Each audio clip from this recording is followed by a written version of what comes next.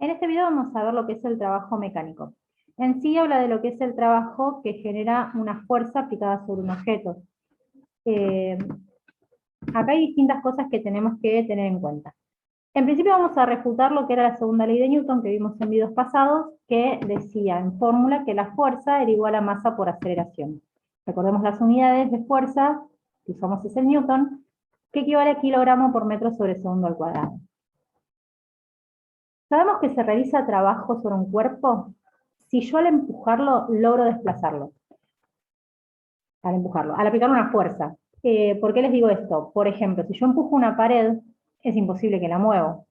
Yo, una persona. Si lo hago con una máquina, obviamente termino rompiendo y la puedo empujar. Pero si yo quiero empujar una pared, no la muevo, voy a estar aplicándole fuerza, pero totalmente en vano, ¿sí? No logro moverla. ¿Qué quiere decir? Que no logro hacer un trabajo. Otro aspecto que es importante es ver qué pasa respecto a cómo aplico la fuerza. Un ejemplo que pueden hacer es agarrar una silla y probar de moverla de manera perfectamente horizontal o si empujo de manera diagonal, en diagonal hacia el piso, como si yo estuviese empujando un changuito de un supermercado. Cuando uno empuja un changuito de un supermercado, por lo general no empuja, no se agacha y empuja perfectamente para adelante, sino que hace la fuerza un poco para abajo, en diagonal.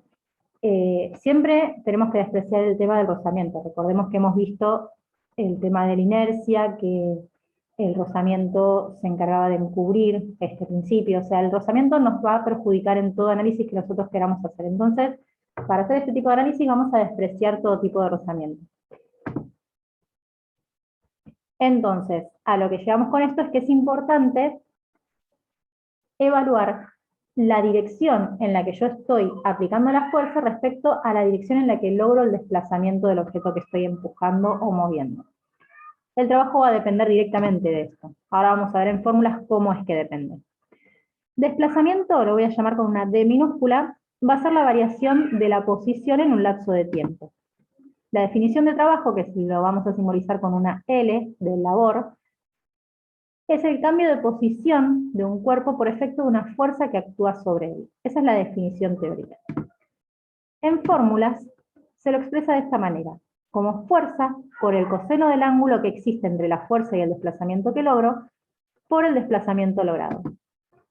Desplazamiento dijimos que era la variación de posición. Como toda variación siempre es estado final menos estado inicial, o sea que voy a ver la posición final y le voy a restar la posición inicial.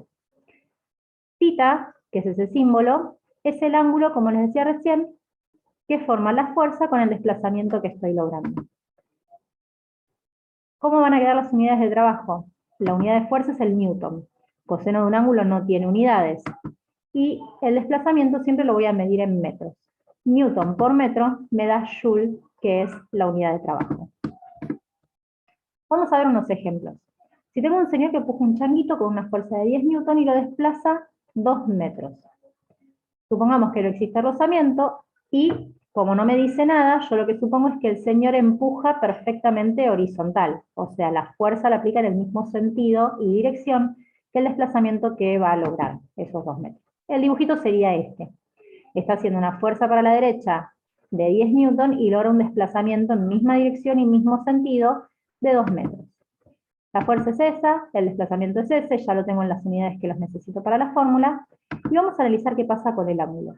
Si yo los tengo en el misma dirección y mismo sentido, el ángulo son 0 grados. Siempre pasa. Cuando están en misma dirección y mismo sentido, el ángulo que forman entre ellos es 0.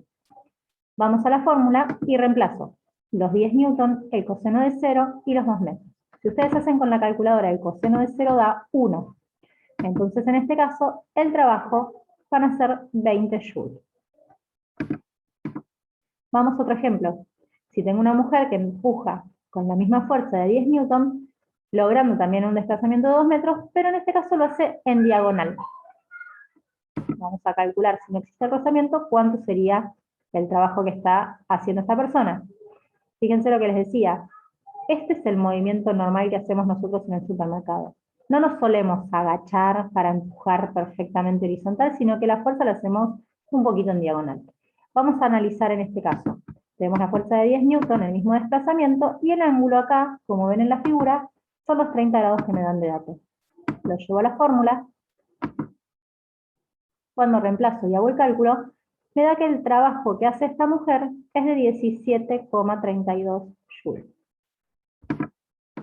Vamos a otro ejemplo.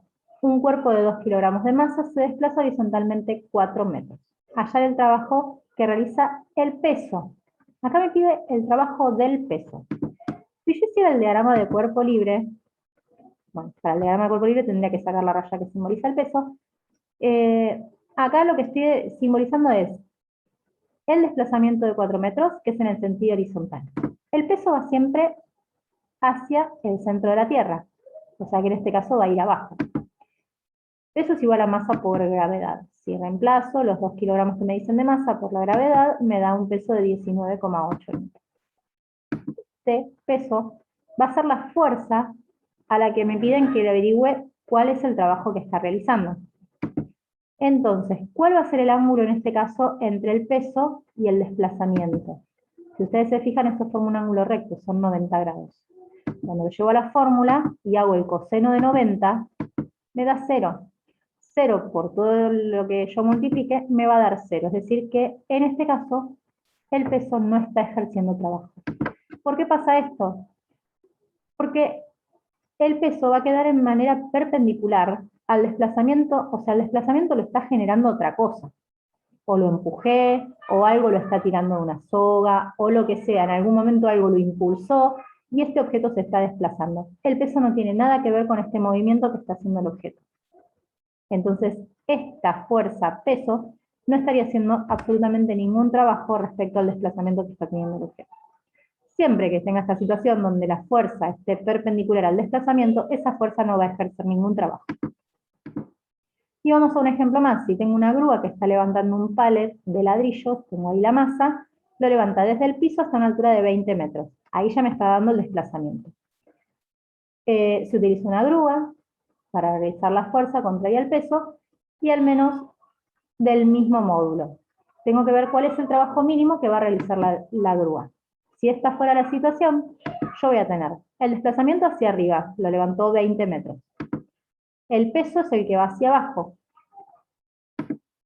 Y la fuerza que tiene que hacer la grúa va a tener que ser hacia arriba para vencer el peso. Y la fuerza va a tener que ser mayor que el peso, por lo menos. El peso lo calculamos con los 300 kilogramos que me dan de dato, multiplicado por la gravedad, da 2.940 newton. Es decir, que la fuerza mínima que yo voy a tener que aplicar con la grúa es esa. El ángulo, acá ya no me importa el peso, porque lo que está haciendo trabajo es la grúa, y la grúa lo que está haciendo es una fuerza hacia arriba. Volvemos a la situación en que la fuerza y el desplazamiento son en la misma dirección y mismo sentido, es decir que el ángulo va a ser 0. Vamos a la fórmula, reemplazamos los tres valores, el coseno de 0 me da 1, y me da que el trabajo mínimo que va a tener que hacer la grúa va a ser de 58.800 joules. Terminamos este tema por hoy, después vamos a ver más ejercicios.